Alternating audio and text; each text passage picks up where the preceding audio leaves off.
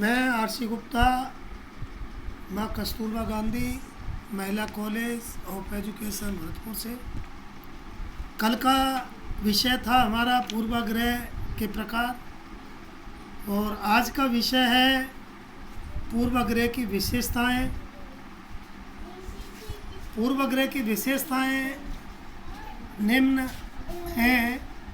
पहला है तार्किकता का अभाव, दूसरा है न्याय का अभाव,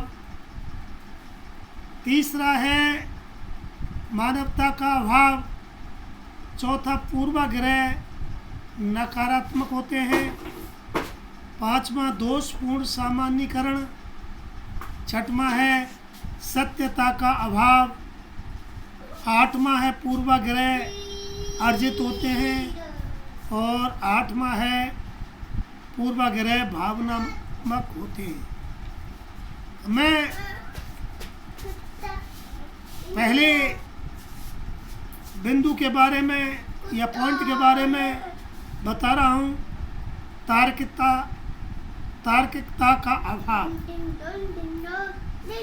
इसमें पूर्वाग्रह तर्कों पर आधारित होता है, तर्कों पर आधारित नहीं होता है।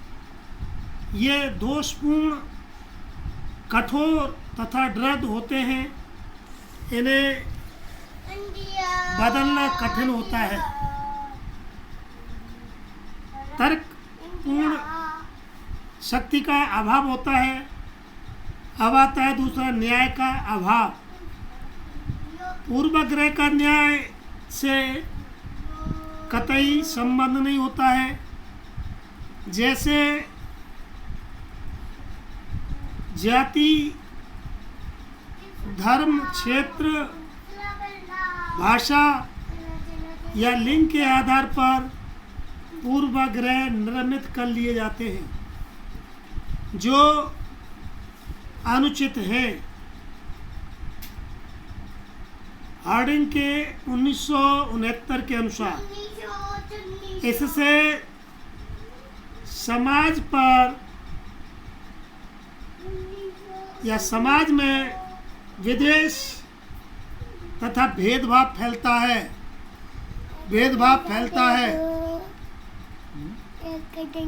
विभिन्न जातियों, वर्गों एवं दलों द्वारा एक दूसरे पर आरोप प्रत्यारोप प्राय इसी कारण से लगाए जाते हैं। मानवता। अब आता तीसरा मानवता का अभाव। पूर्वाग्रह के कारण लोगों में मानवता की भावना घटती है। लोग दूसरों के प्रति उदासीनता, आक्रामकता, शत्रुता तथा अस्वीकार्यता का व्यवहार करते हैं। सांप्रदायिक दंगे आज इसी कारण अधिक होते हैं। नंबर 4, इसमें पूर्वाग्रह प्राय नकारात्मक होते हैं। पूर्वाग्रह प्राय नकारात्मक होते हैं।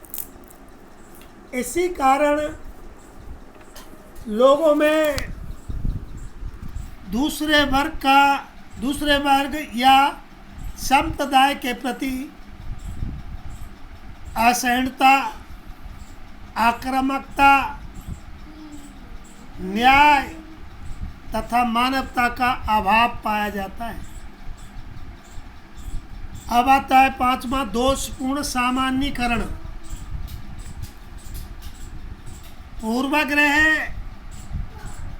दोषपूर्ण सामान्यीकरण कहे जाते हैं।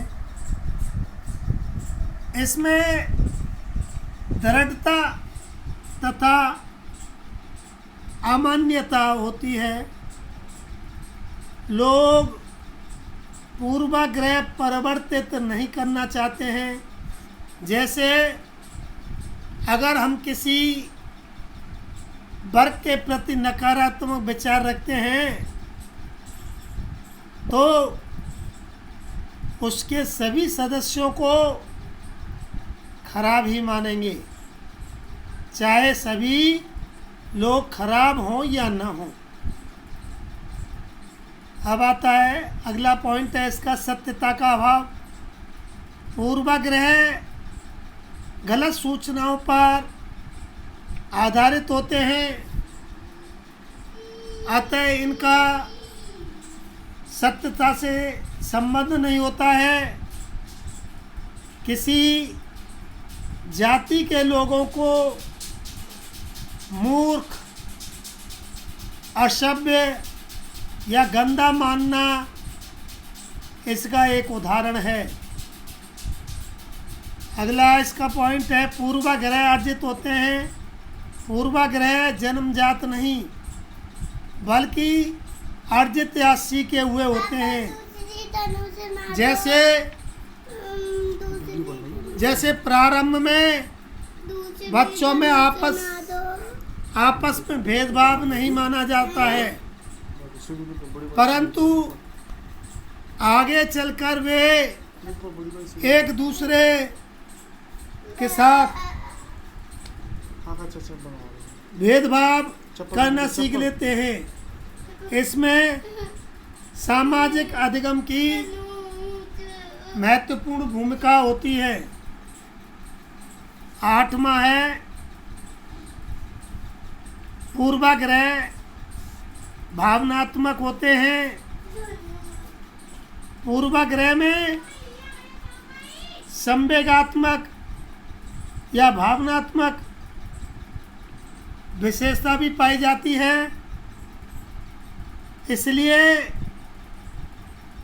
इसकी तुलना अभिवृत्ति के भावात्मक घटक से की जा सकती है, अर्थात इसमें पसंदगी या नापसंदगी का भाव छिपा रहता है। इसके स्वरूप पर ही व्यक्ति का व्यवहार निर्भर रहता है। अब इकाई सारांश इसका बता रहा हूँ।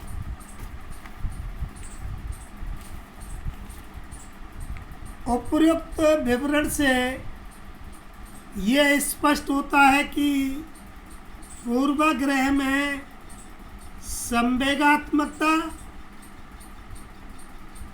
पक्षपात, आक्रामकता एवं दृढ़ता आदि की विशेषता पाई जाती है। पूर्वाग्रह में मानवता, वस्तुनिष्ठ एवं सत्यता का अभाव रहता है। जैसे जातियों को अछूत मानना, कुछ जातियों को अछूत मानना एवं अंग्रेजों को धोखेबाज मानना आदि पूर्वाग्रह के उदाहरण हैं।